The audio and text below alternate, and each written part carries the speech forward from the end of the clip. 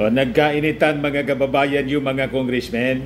Actually, ang nag-init man lang po, ang umusok si Sagip Party List arrogante pala. Rodante Marcoleta kasi gustong i-railroad po yung yung budget hearing ni Inday. Gusto mga kababayan i-terminate na po yung hearing, yung discussion. Approve na agad, hindi pumayag yung mga congressmen. Kaya po nagka-word war, nagkainitan po. Nahawa sa init ng ulo ni Inday si Rodante. Yung pangalan niya mga kababayan, na Rodante, naging arrogante.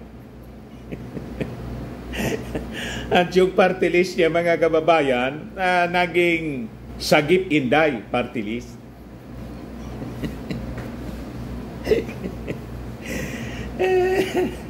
Nadagdagan po yung Sagip party list, naging Sagip Inday party list. Gustong i-approve without thinking. Mabuti may mga magigiting tayo na mga congressmen na gustong sabihin mga kababayan. Kailangan may tama tayong paggamit ng pondo. Hindi po maipaliwanag kung paano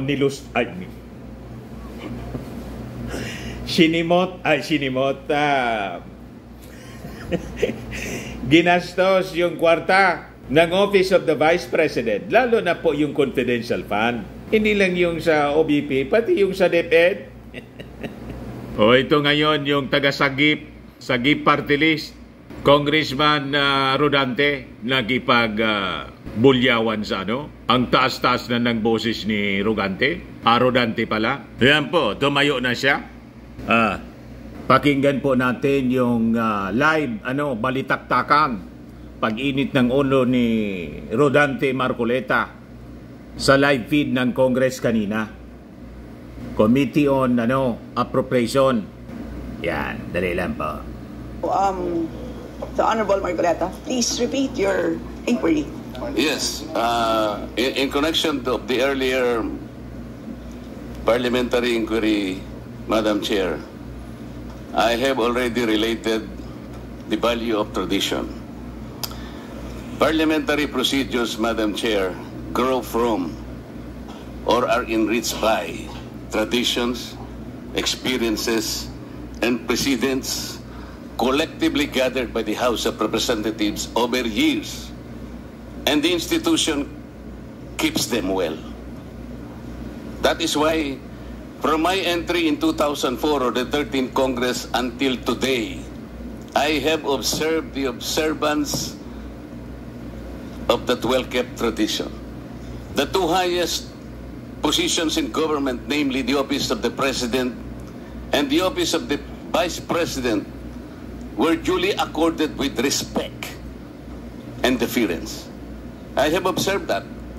That's why I have relayed to you earlier in 2022, the Honorable Libanan, invoking courtesy, took him only 13 minutes to dispose the office of the Vice President. And that was quickly seconded by no less than our majority leader. That was in 2022. I'm not going by record, Madam Chair.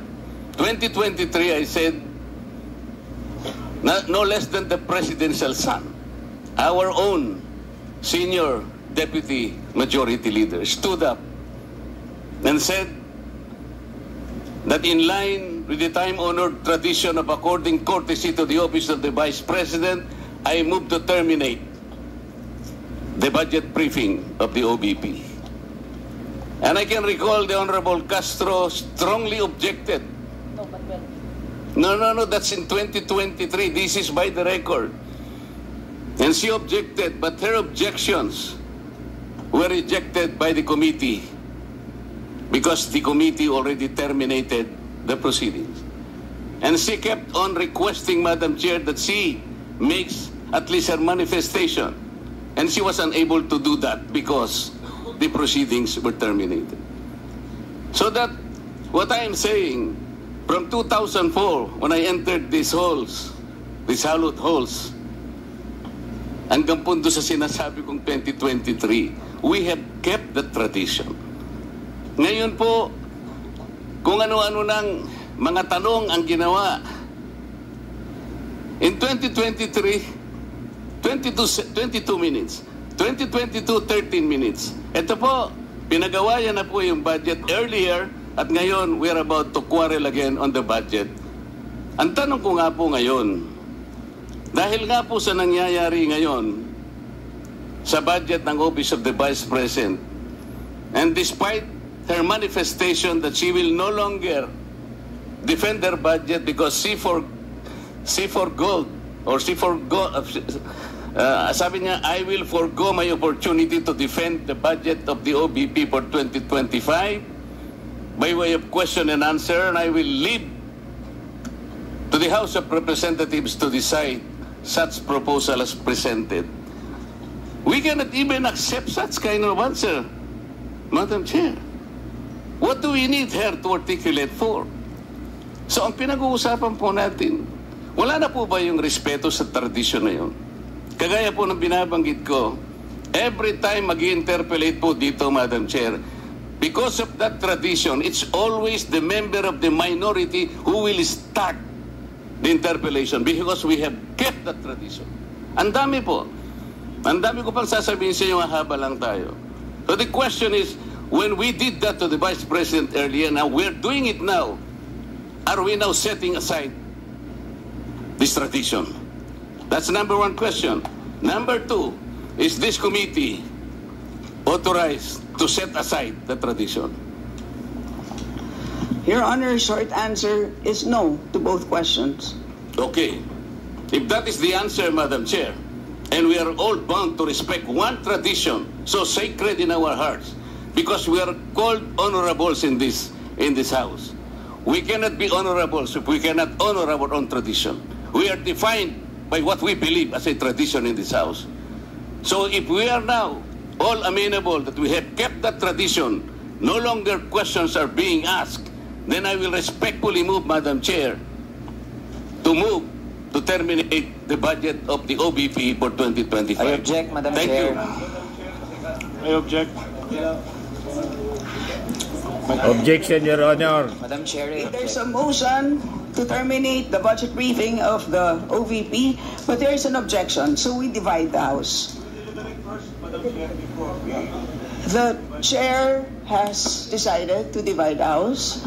So those Madam Chair, in favor as of the motion, a rule, we usually deliberate Those- before we vote. those in favor We deliberate. of the motion, please raise your hand.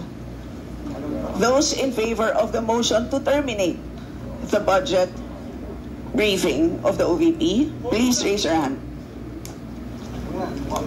2, 3. 3 votes. 3. All those against. Those who are not in favor of terminating, raise your hand. Tatlo lang yung pabor. For non-tradition. Ah. Majority, ayaw. 17. Majority rule, siyempre. Democracy. Ah. Landslide. Ayaw nilang i-terminate. 45. 3 in favor, 45 against. 3 in favor, 45 against. Motion is The motion lost. is Lost. lost. Madam Chair, I Talo. thought we have kept the tradition. The tradition is no longer ask any question. That was the tradition. So why are you voting against the motion? Next. The majority of the It- will it's- is it's- always respect. It's The will of the inconsistent majority with is the always tradition that respected. we have already agreed to observe. So we will Yes, Madam proceed Chair. to the next. You mentioned earlier that we will keep up the tradition. You said no. Earlier, For now orderly we voted proceedings, I against. remind the members to please wait to be recognized before speaking. So, the chair now recognizes the Madam budget Chair. sponsor, the Honorable Zia Adyong, to give a recap of what transpired in the last hearing. Madam Chair. Thank you. So talo, mga kababayan sa botohan si Rodante pala, Marcoleta, uminit yung ulo po. Sa demokrasya po, majority rule. Ayaw paawat ni Rodante po. Ayan o. The President, Vice President, kung ano ang pinagtatanong nyo sa kanya. These questions never happened before. That is the one I'm explaining. Uminit yung ulo ni Rodante? It did not happen before. Now, ang tanong ko po, ba't nangyari po nung nakaraan, nangyayari na naman ngayon? We are talking of the office, not the person. Motion was introduced. You may not like the person. You may not like her presence here. But you have to respect the Ay, office blood of the si Vice Rodante President. po? That is all. Because that is guided by the tradition. Kahapon po, kagaya po na sinabi nila, wala nang pinagtanong sa Office of the President. And that is correct. That is in line with that tradition. Ngayon po, kung ang tinatanong ko ngayon, are we discarding that tradition? And is this committee authorized to discard a well-kept tradition? O kaya nga, then why are we intending to ask questions na naman at pinatawag nyo na naman kung sino-sino dito? That is why, kung hindi po kayo makakasagot, madam, ang tinanong ko na sa inyo, I am now moving.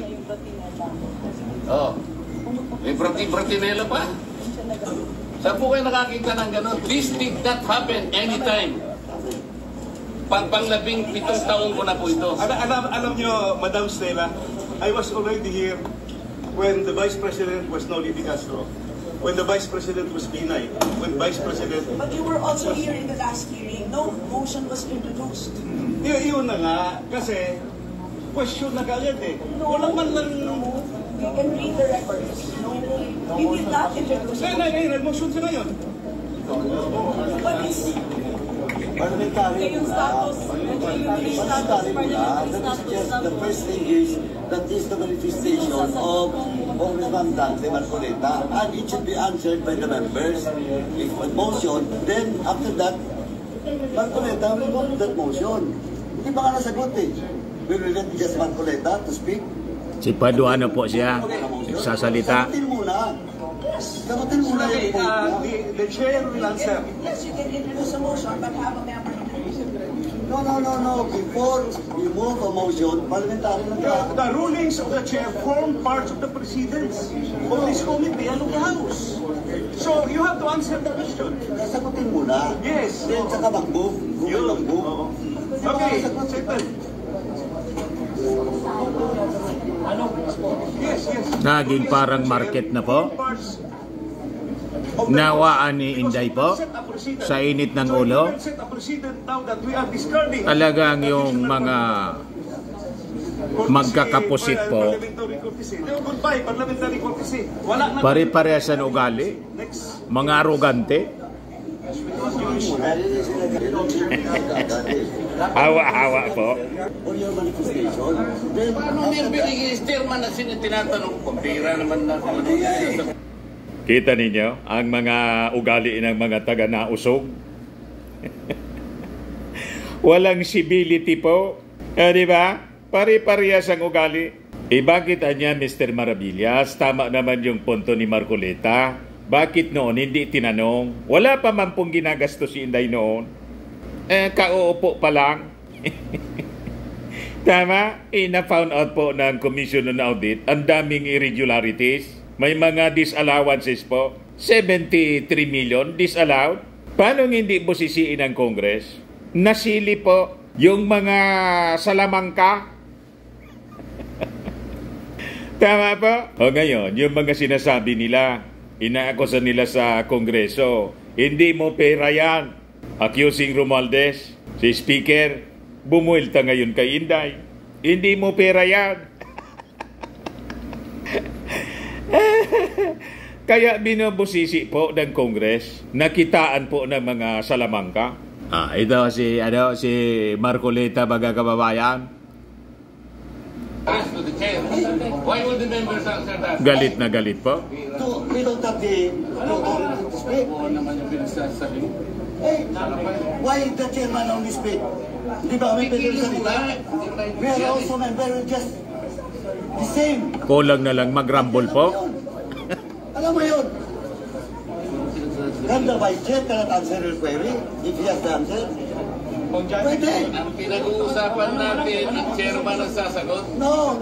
It is not only the Ano naman chairman. magsasalita lang yun? Well, but he nagsalita na kayo. Yan ang pagkakol. Pwede yun. Ayaw magpaliwanag si Inday kung paano ginastos yung pera. Pwede mo yung done, guys? Saan parliamentary procedure in the House that the members can speak? Pwede. Diba?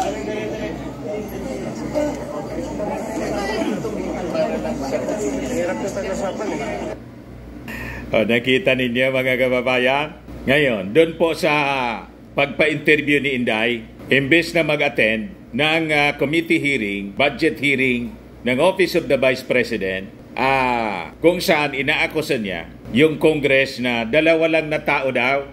Akala ko nga ang tinutumbok niya yung ating Pangulo at saka si Martin. Ang tinatumbok niya pala na 2 tao lang daw ang nagdidikta ng budget, referring pala kay Chairman Saldico ng Committee on Appropriations. Saka siyempre si Speaker of the House, Martin Romualdez. Sinagot ngayon ito mga kababayan ni Congressman Saldico ng Ako Bicol. Ito po yung interview ng mainstream media through Inquirer. Pakinggan po natin. Diretsahan na niyang sinabi, ikaw lang daw, kasi speaker, may hawak ng budget. Again, pangbubudol na naman po yan. Napakalaking pangbubudol. Akala nila ang taong bayan hindi matalino. Matalino po. Sagutin po natin yan. Una-una po, ang membro po ng appropriations is around 139. Ang vice chair po is around 56. Ang congressman po is 300. Meron po tayong mga senador na 24. Meron pong miyembro ng Bicameral Conference Committee after the budget deliberation ng House and Senate. Meron pa pong BICAM na mag-uusap ang dalawang upper chamber and lower chamber. Almost 30 po ang nag-attend yan. So, hindi po totoo yan. Kung nagagawa niya po yan sa Davao, sa confidential fund na lustayin in 11 days, ng 2.6 o 2.9 billion, kayang-kaya niya rin yan gawin pag siya po ang nakaupo at ang kanyang mga pananakot sa aming mga kongresista, hindi na po ito dapat palagpasin. Wala po, mamaya, mag-meeting ko kami ng APRO, we will have a more. Sabi po ni Congressman Saldico, talaga pong tatak Duterte na yata ang pambobodol